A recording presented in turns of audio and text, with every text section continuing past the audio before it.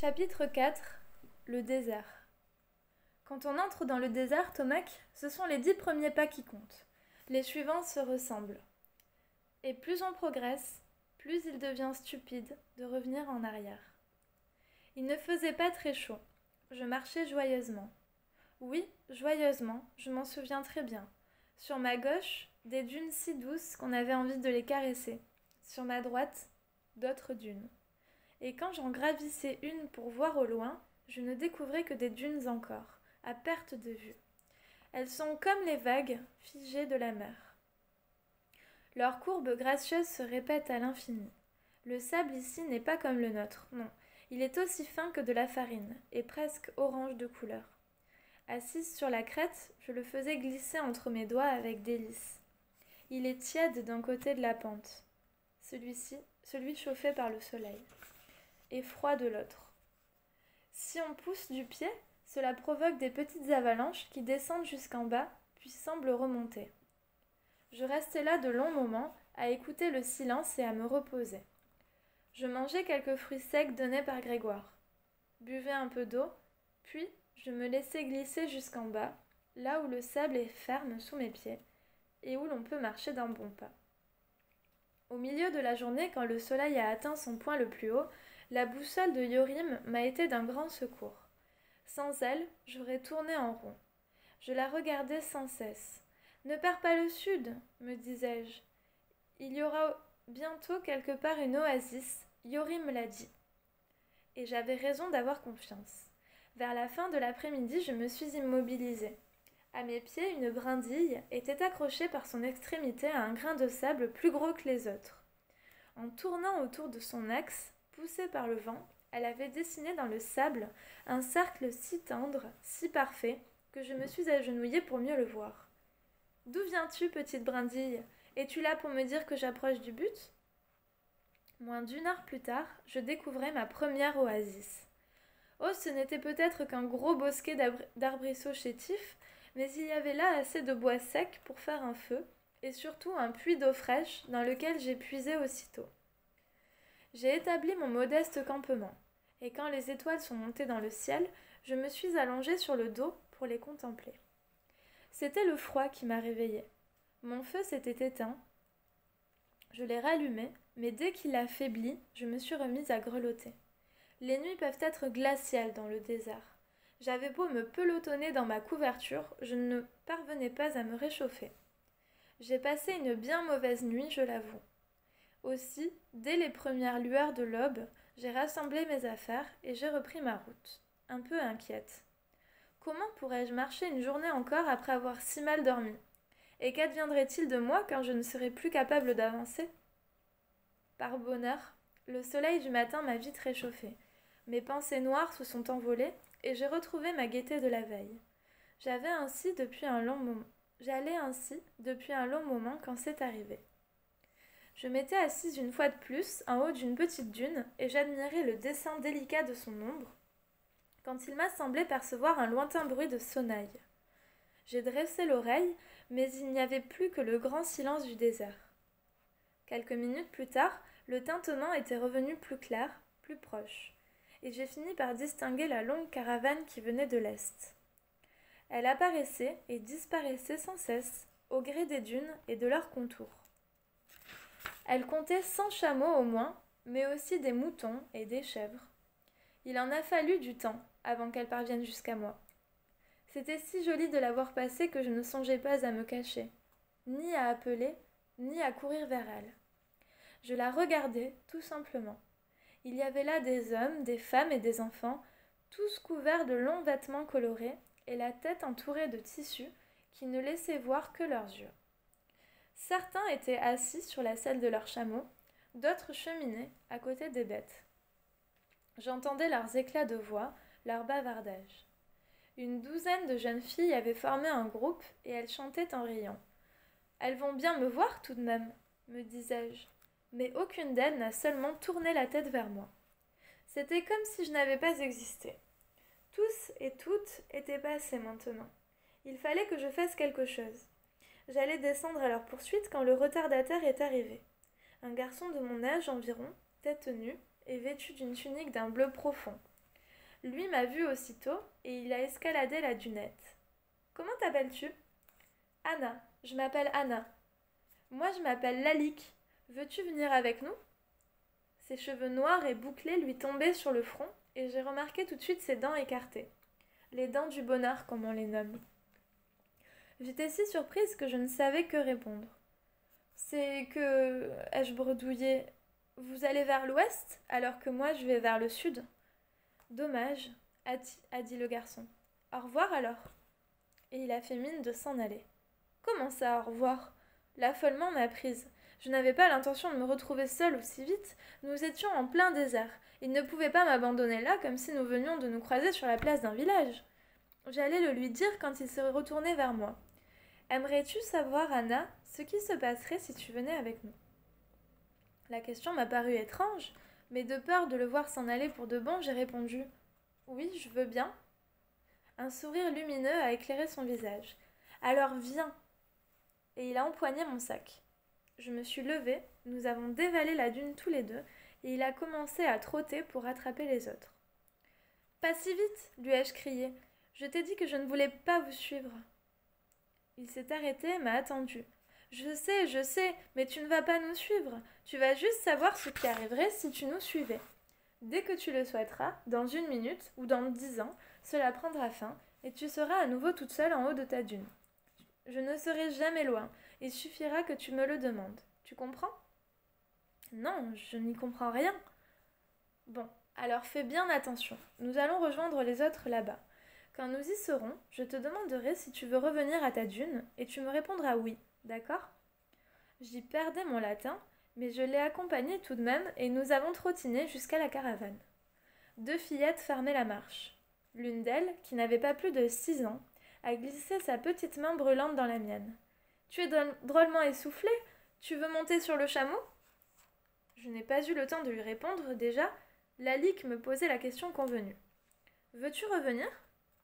J'ai acquiescé. « Oui, alors ferme les yeux. » J'ai fermé les yeux et dans la seconde, j'étais de nouveau assise sur la crête de ma dune, les mains dans le sable. Au loin, la caravane s'avançait, grouillante de vie et de couleurs. Elle est passée tout entière devant moi, exactement comme la première fois. Les hommes silencieux, les jeunes filles qui chantaient, les enfants, les chameaux, je ne rêvais pas. Tout était aussi irréel que l'instant d'avant. Jusqu'à Lalique qui venait en dernier, qui seule me voyait et qui escaladait la dune. « Comment t'appelles-tu » ?»« Anna, je m'appelle Anna. Moi je m'appelle Lalique. Veux-tu venir avec nous ?» Oui. En courant à ses trousses pour rattraper la caravane, je n'ai pas pu m'empêcher de lui crier. « Lalique, Lalique, je pourrai revenir quand je le voudrai, aussi facilement qu'aujourd'hui, tu me le jures ?»« Quand tu le voudras, dans 1 heure ou dans 20 ans, je te le jure. Cours !» Nous avons rattrapé la caravane. 2 fillettes fermaient la marche. La plus jeune a glissé sa petite main brûlante dans la mienne. « Tu es drôlement essoufflée? Tu veux monter sur le chameau ?» En quelques heures, j'ai fait la connaissance d'au moins 20 enfants, en quelques jours de tous. On ne m'a pas demandé d'où je venais ni où j'allais. Les adultes nous distribuaient la nourriture, l'eau et veillaient sur nous sans se préoccuper de savoir qui était l'enfant de qui.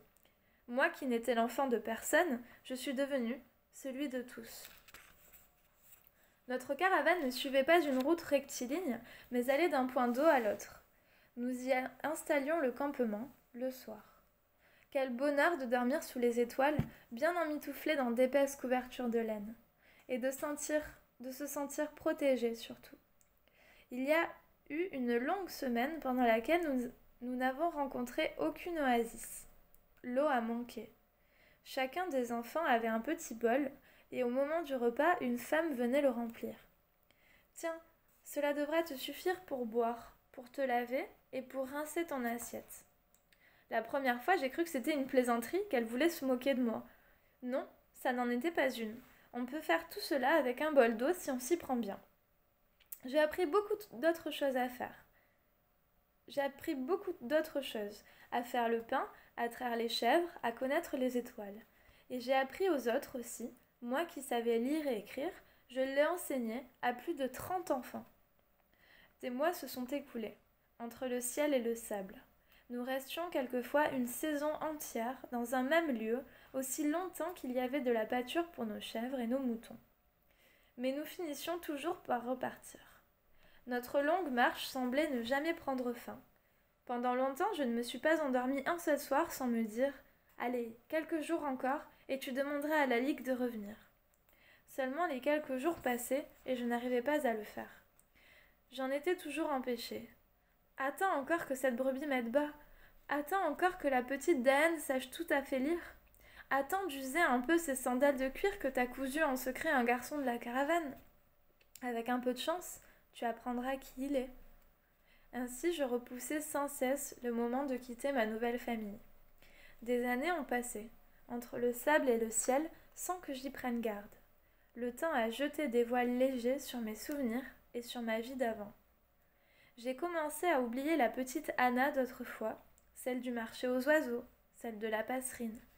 Lorsque je m'efforçais de penser à elle, elle me semblait lointaine et malicieuse, comme une enfant qui joue à se cacher et qu'on ne parvient pas à apercevoir. Je sais bien que ce n'est pas à moi de le dire, mais je suis devenue une jolie jeune femme. Je le voyais dans les yeux des garçons, des hommes.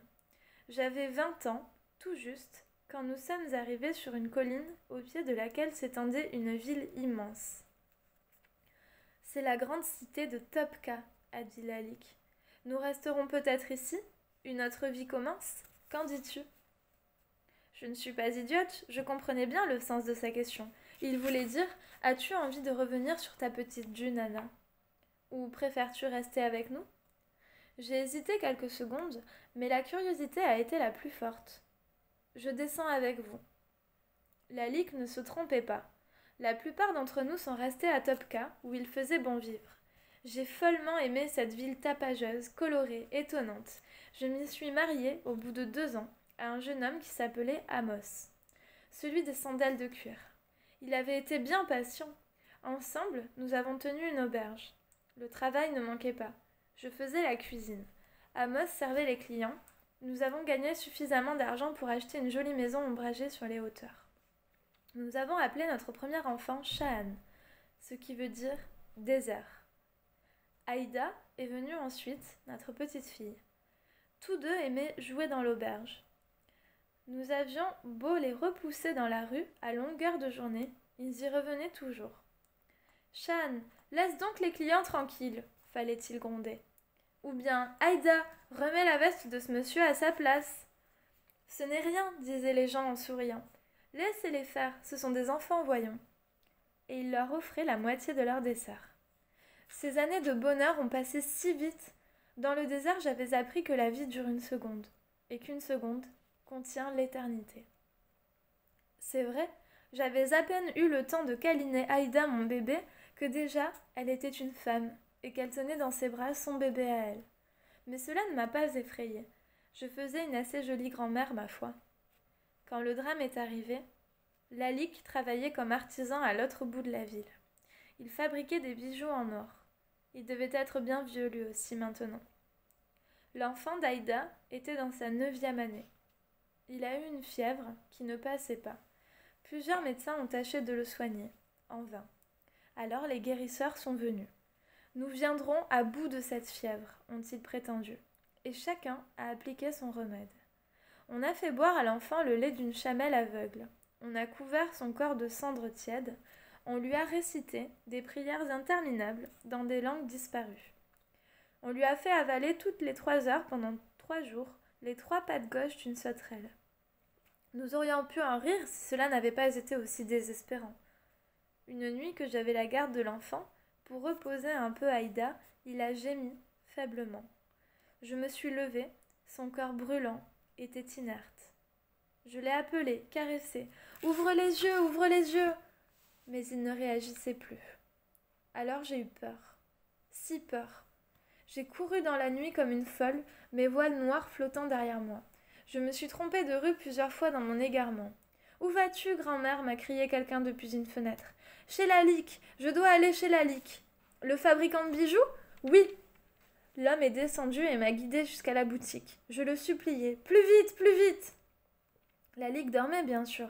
J'ai tapé à sa porte et il a fini par ouvrir. Ses cheveux noirs étaient devenus tout gris. Dès qu'il m'a vue, il a compris. « Que veux-tu, Anna ? Tu le sais bien, Lalique. Je veux revenir. Il se passe quelque chose que... » Tu n'as pas besoin de me l'expliquer, Anna.